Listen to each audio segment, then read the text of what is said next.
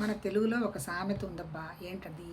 అర్థం చేసుకుంటే కూసు విద్య, అర్థం కాకపోతే బ్రహ్మ విద్య అని.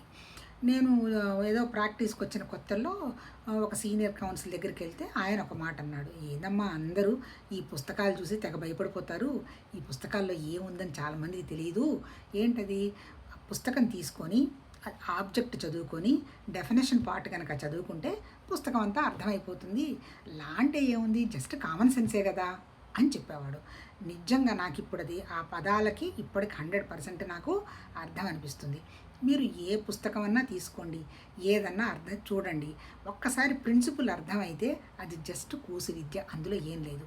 కాకపోతే ఆ వాడుతున్నటువంటి పదాలు, ఇప్పుడు ఆయన చెప్పాడే డెఫినేషన్స్ ఉంటాయి, అందులో ఒక్కొక్క దానికి ఒక్కొక్క అర్థం ఉంటుంది, దానికి ఒక డెఫినేషన్ ఇస్తాడు.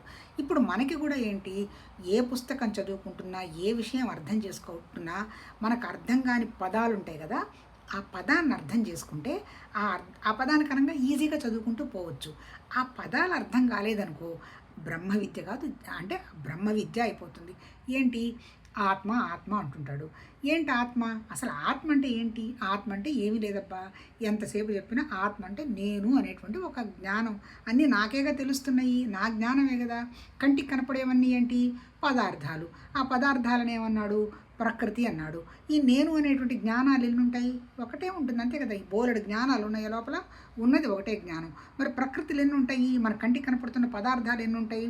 99 ఉంటాయి. ఈ 99 విశేషాలు. జ్ఞానం ఒకటే. ఎట్టుంది ఆ జ్ఞానం? సర్వసామాన్యంగా ఉంది. ఎందుకు ఆ జ్ఞానాన్ని మనం చూడలేము, అంతే కదా. మన కంటికి కనపడదు కదా. అది ఎప్పుడు మొదలైందో, ఎప్పుడు అంతమవుతుందో మనకి తెలియదు. కానీ అది 100% ఉన్నది. ఉండకపోతే మనం దేన్ని చూడలేము, ఏ విషయం గురించి మనం మాట్లాడలేము. అందుకని ఏం అర్థం చేసుకోవాలి మనం? ఉన్నవి రెండేను. ఒకటి జ్ఞానం, ఆ జ్ఞానమే కొంచెం డైల్యూట్ అయితే దాన్ని మనసు అన్నారు. మనసు అంటే ఏంటి? చిన్నది నేను, నా శరీరం, నా చుట్టాలు, నా బంధువులు, నా ఉద్యోగం వరకు లిమిట్ అయింది మనసు. ఇవేవి సంబంధం లేకుండా నాది నాది అనేటువంటి నా శరీరం, నా ప్రాణం, నా మనసు దాటినటువంటి అత్యద్భుతమైనటువంటి ఒక స్థితి కూడా నా దగ్గరే ఉంది. అది జ్ఞానం, అది దివ్య చైతన్యం. ఆ స్థితి ఎలా ఉంటుందన్నాడు? బ్రహ్మానందం అన్నాడు.